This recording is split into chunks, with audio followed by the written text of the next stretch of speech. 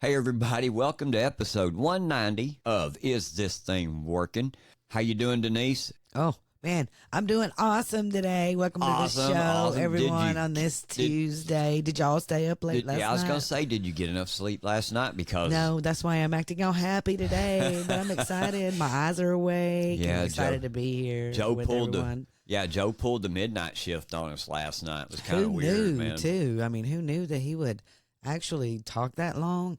You know, I even said something yesterday. I was like, man, he came out and he wanted to try to beat Trump's speech. You know, that is very hard to do. President Trump at the RNC talked for 2.5 hours. Yeah. And everyone thought that was long, you know, but listening to Joe Biden for an hour was hard. It was very hard to do. Well, look, and I kept watching it last night, hoping to see, you know, something that would be other than the lies. Man, you know what I mean? That's because, honestly, that's all that was to me. It seemed like a big old lie fest that just went on and on and on and on. And it was all about we love Joe. And we knew that this was going to happen. There was already rumors. But as I watched it, and I sat there and watched him come out. Well, first his daughter came out to introduce him. Well, Jill talked, of course, and then his daughter came out to introduce him. I don't know what that was supposed to signify or what the significance of that was, but I guess maybe the love. And so she goes and hugs him, and then he comes over, and it's "We love you, Joe." Well, the whole time he's standing up there, you look at him. If you just looked at the man, the anger just rippling off of him was amazing. And at one point, he lowered his face. Did you see that? Yeah. Where they're like, you know, he's like, all right, stop or whatever, you know, and then they're like, "We love you. We love Joe." And he just, you know, bows his head like he's praying, "Please let me get through this day. You know, please just let me get through this one last speech." And even me last night, you know, knowing that they did pull a coup on him, knowing that they did boot him out the door after he got 14 million votes. Hey, man, that doesn't seem like a lot, but in a primary nationwide, that's a pretty good chunk of votes, man. So there's 14 million disenfranchised people, and I kind of felt bad for him that he had to go up there because this was a humiliating moment for this man. And I felt bad for him until he started talking, and then I couldn't. I'm like, you deserve every bit of it, man. I was thinking that, you know, this is going to be a speech, you know, that everyone is really going to take to heart and feel a little bad for the fella, and, you know, as he moved on. No, he opened his mouth to speak, and it was over. It was exactly like every other one of his "I hate Trump" speeches, but we're going to get into that. And we're going to talk about how you can become informed and become engaged. And we're going to give you a little bit of what happened at the DNC last night and what we call the Biden lies. Right. But first, let's pay the bills. We would like to welcome our new sponsor to Is This Thing Working? So help us welcome Cornbread Hemp. Their mission is to draw on Kentucky's 250-year legacy of growing hemp, as well as the state's unique climate and soil, to manufacture the highest quality cannabis products available in America. They proudly offer full-spectrum, USDA organic CBD products with up to 2 milligrams of THC per serving. Their plants are grown in what's known as the Bluegrass Basin, which produces the highest quality hemp alongside the best bourbon and fastest racehorses. Cornbread Hemp is one of the very few, if not only, CBD brands in America who exclusively use the hemp flower to create their CBD extract, called Flower Only CBD, and they want the world to know. Please check out Cornbread Hemp by going to cornbreadhemp.com right now for a 30% off your initial purchase of any products on the website. Again, go to cornbreadhemp.com and use promo code ITTW for this special offer. Remember, you get 30% off, promo code ITTW. Thank you, everybody, for supporting our sponsors. We sure do appreciate it. And hey, if you agree with us today, tell your friends, share our show. If you don't agree with us today, tell your friends and share our show. And also, man, stomp that like button. And please follow or subscribe wherever you see the name Is This Thing Working? Our podcast, it's available for download on all platforms like Apple, Spotify, YouTube, and wherever you choose to listen to podcasts. And I do want to say this. YouTube is on fire. YouTube rocks. YouTube rocks. I never thought I would ever say that. You know, we post everything on YouTube. We post shorts on YouTube and everything. But I got like an email from them saying, hey, look at all of your analytics. And I look and I'm like, we're way up. We got like a lot more subscribers. So thank you. Thank you for everybody for tuning into YouTube.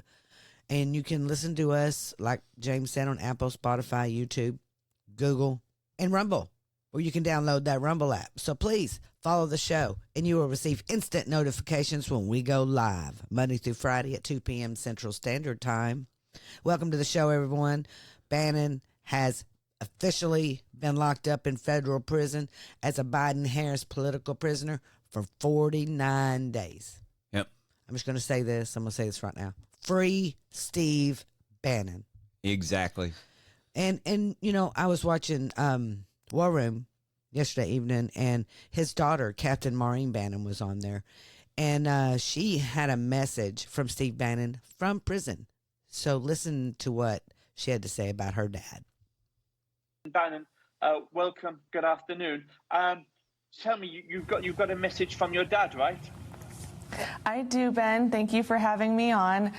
He's doing just as good today as he was before he went in. He asks about the posse every single day. Most of the emails I get are asking how the posse is doing, how the show is doing, if they love the show. We provide him updates daily on the show and about the posse and the messages that we are getting. So he's very grateful for all the messages that we are sending him.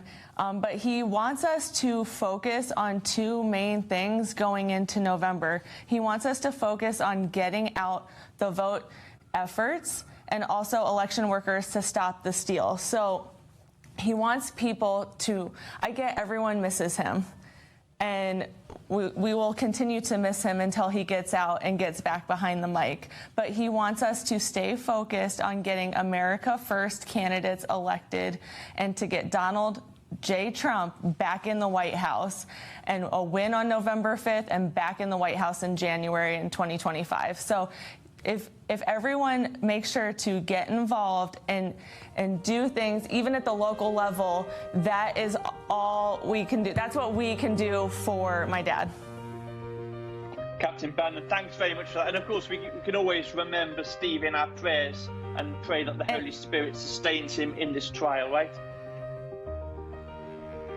Okay, she's gone. Yeah, there you have it. And another thing we want to mention today, get out and vote in Florida.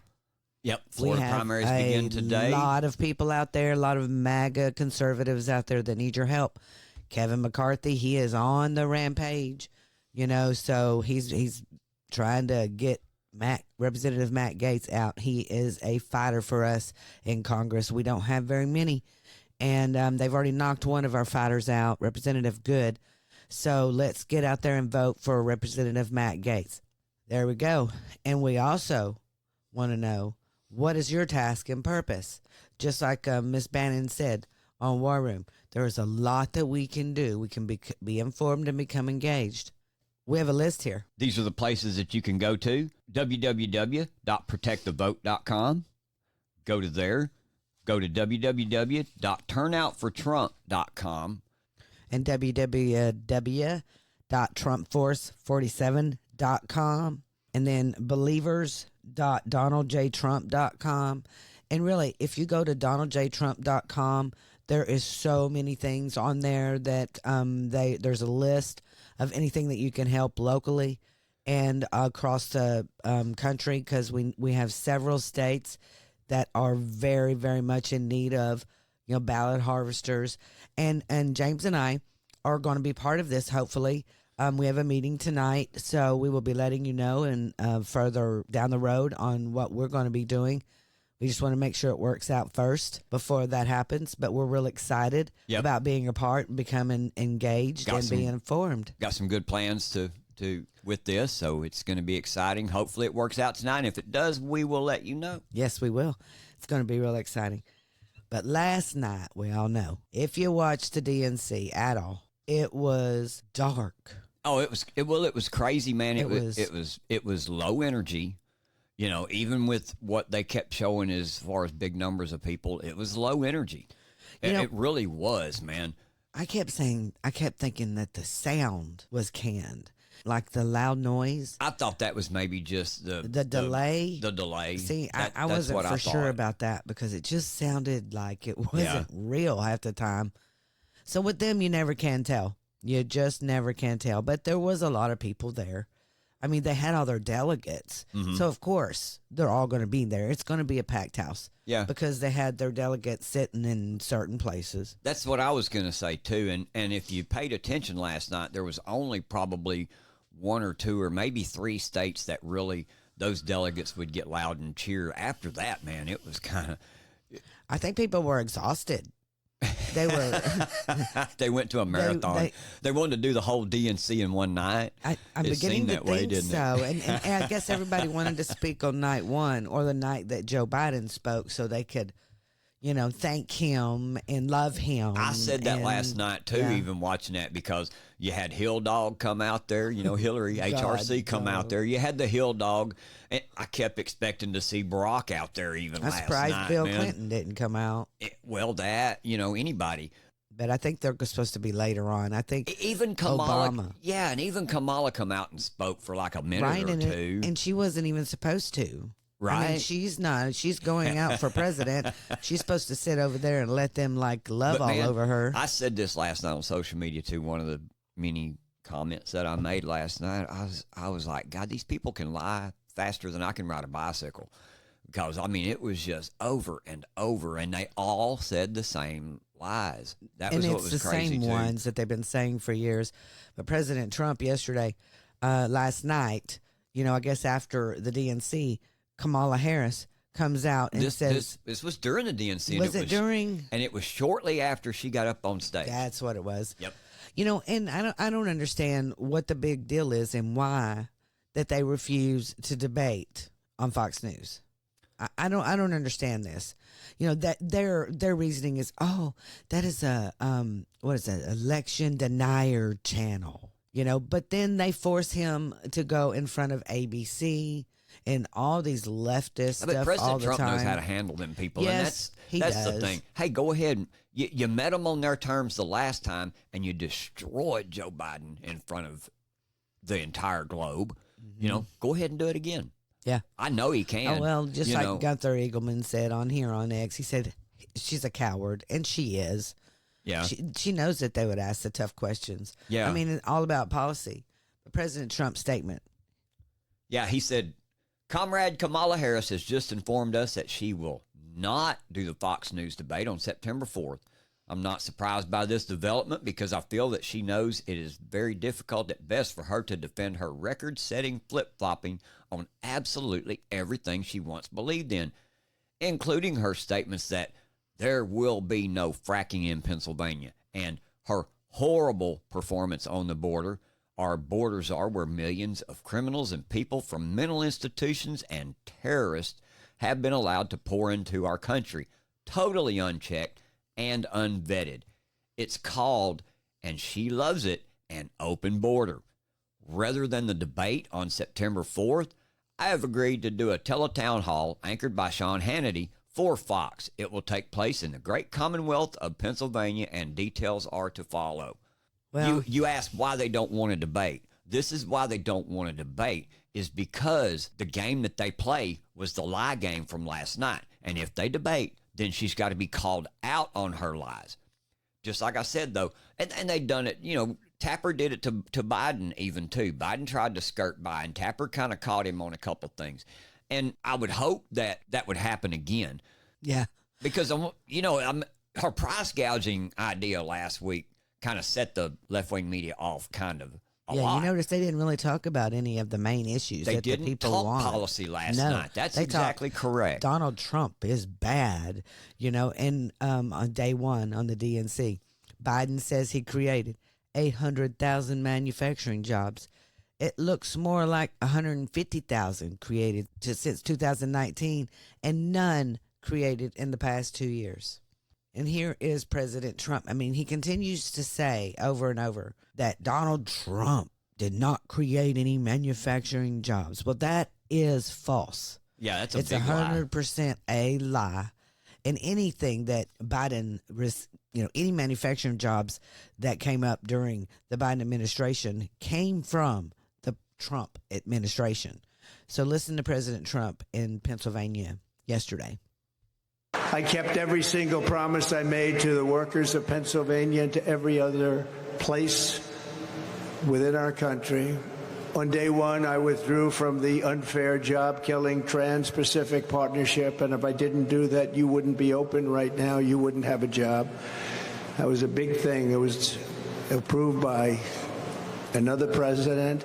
It would have destroyed our manufacturing in this country still further. I imposed historic tariffs on foreign aluminum and foreign steel and numerous other things that were unfair to our country and unfair to our workers. I ended the total disaster known as NAFTA, the worst trade deal ever made by this country, and replaced it with the brand new USMCA, that's Mexico and Canada, the best trade deal ever made by our country. 100%.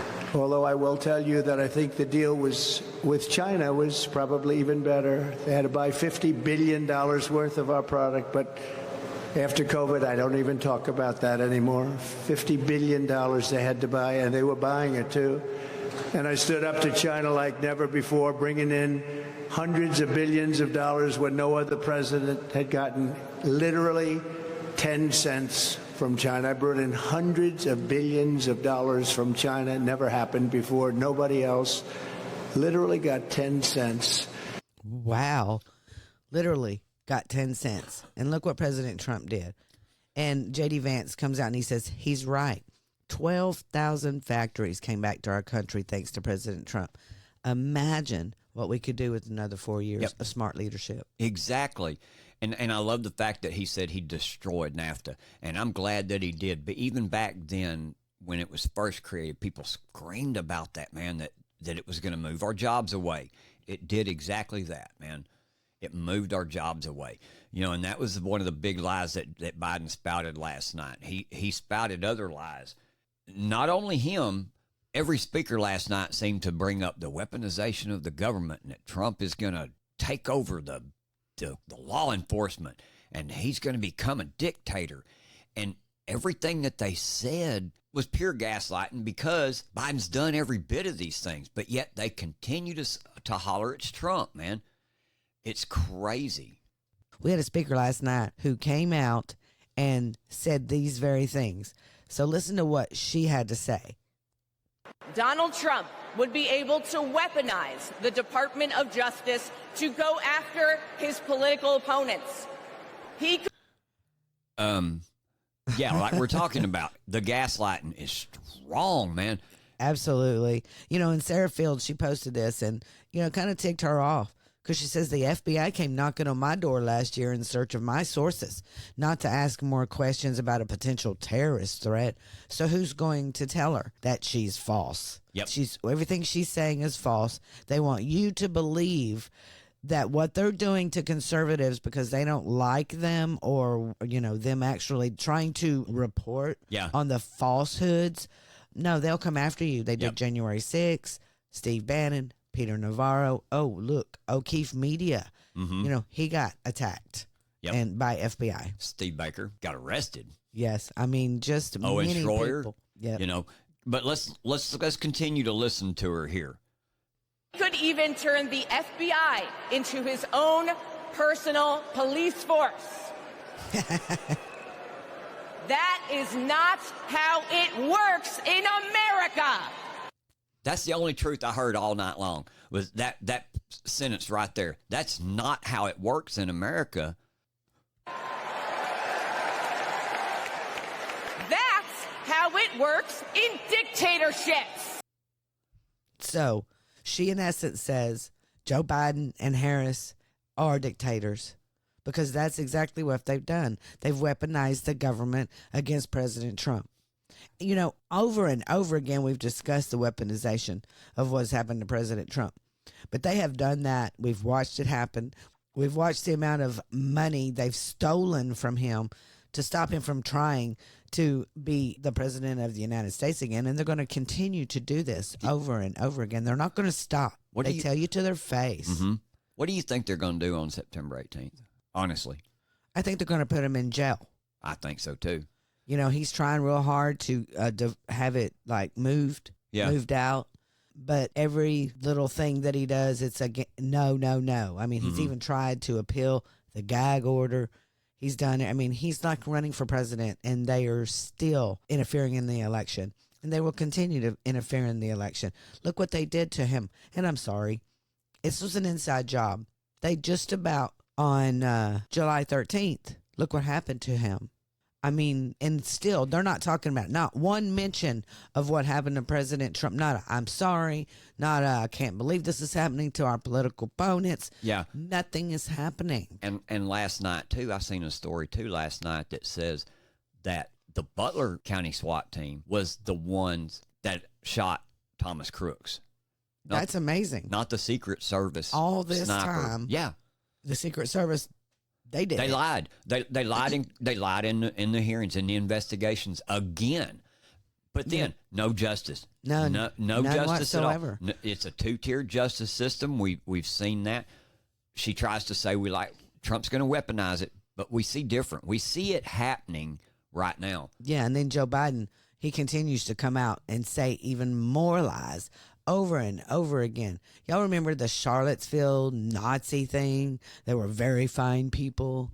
And this has never been true, never will be true. Biden is ending his career as he began it, as a liar and a dictator. The president was asked what he thought had happened. Donald Trump said, and I quote, "There are very fine people on both sides. My God." That's what he said. That is what he said and what he... That is not what he said. Yeah. It is not what he said. And I want to tell you something. Last night, too, looking at the crowd, every time the camera would pan around the crowd, and these fools literally had signs held up, "We love Joe." And it was cringy, and to me, it reminded me of Nazi Germany. I'm just going to say it, man. This reminds me of state-run TV right here. This reminds me of... That's exactly what it is. They putting on a play. That's what it looks like to me. Yeah. You know, they're all doing the exact same thing, you know, but what really, the fact that he continues to misrepresent Trump's words for political gain over and over and over again, you know, I'm tired of it. Yeah. Aren't you tired of it? I'm sick of it. How about you folks? Aren't you tired of all the lies? And we keep and debunking the hateful this. rhetoric, Yeah, man. we keep debunking them over and over again. You know, and the fact that we have to continue to do this because the Democrats will not call him out, will not say, "Hey, that's been debunked." They will not stand up to these people. They will not stop lying. That's the biggest thing. We sat there this morning and watched Pete Buttigieg sit there and lie over and over to Lawrence Jones. Lawrence should have called him out on a few things, but still, he did the exact same thing. He just sat there and spit talking points over and over, knowing that he's bald-faced lying, man. I know. Biden does. They all do it. They're all... It's amazing how you can group together and the biggest group of liars that you've ever seen. You know what I think about a lot of this lies and everything, and that people, they don't care anymore. They don't care about what you think, folks. They don't care if they're lying. All they care about is a talking point. And this is what makes me afraid for 2024 in the election, because they don't care if you vote or not. They don't care if you vote for them. What? They don't care about you. They don't care about your culture. They don't care about telling you the truth. They don't care about fixing the economy. They don't care about the open border. They love that. But one thing I want you to care about, and that is election integrity, and what we have to do to take this country back from these people who continue to spread lies and misinformation and take away your freedoms.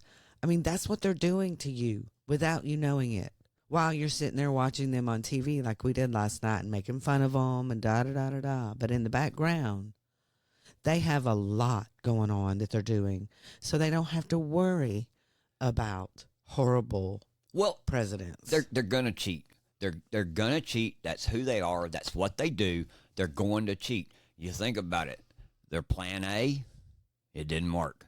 Their plan B is throwing Kamala up here. It ain't gonna work. What's their third plan?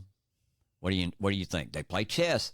They're always ahead 3 or 4 moves. Ahead. We know that ultimate move that they're going to try to checkmate us. And they always do something for a reason. We know that ultimate move they're going to try to checkmate us with, and that is stealing elections. They're good at it. They did it in 2020, and they tried it in 2016. But guess what? It was too big to rig. It was too big to rig in 2016. In 2020, they caught on. They're like, oh, no, and, the people are actually going to vote, and they're going to pull it again. Right. The 2024 election could be stolen from President Trump. The plot might be deeper than you think, with direct threats to the election infrastructure already being hinted at by the very agencies that claim to protect it. I'm getting this from AMAC for America on X. They got a wonderful thread. Yeah, by Matt Cain at USA also.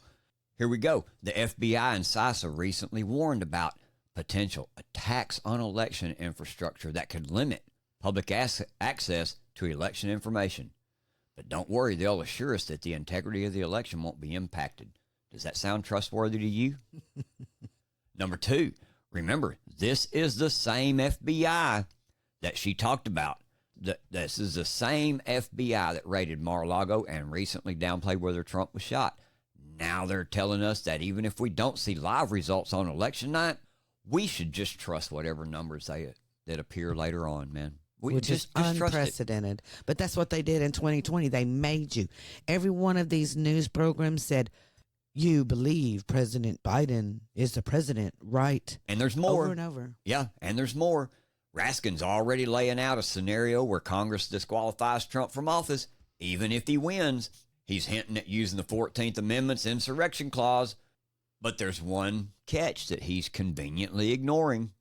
According to the 14th Amendment, disqualification would require a 2/3 Senate conviction, a bar they couldn't clear in Trump's second impeachment. So, yet, Raskin's scenario just shows how far they're going to be willing to go, man. Guys, I don't believe it's going to be the presidential election this year. I believe it's going to be the Senate and the House.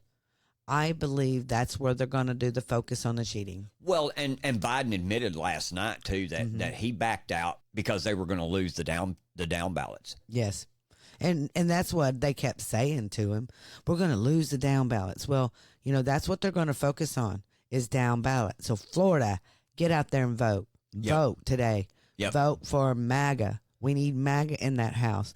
We need MAGA in the Senate. Yep. We need them because that's what they're going to do. They're going to come out and do this. They're going to cheat, and they're going to do everything they can.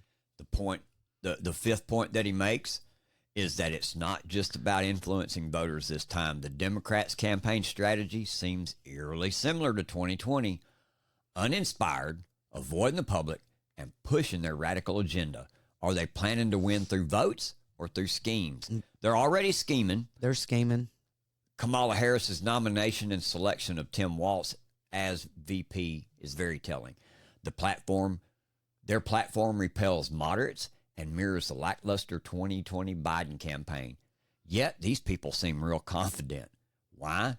Could it be that winning the actual vote isn't their primary strategy?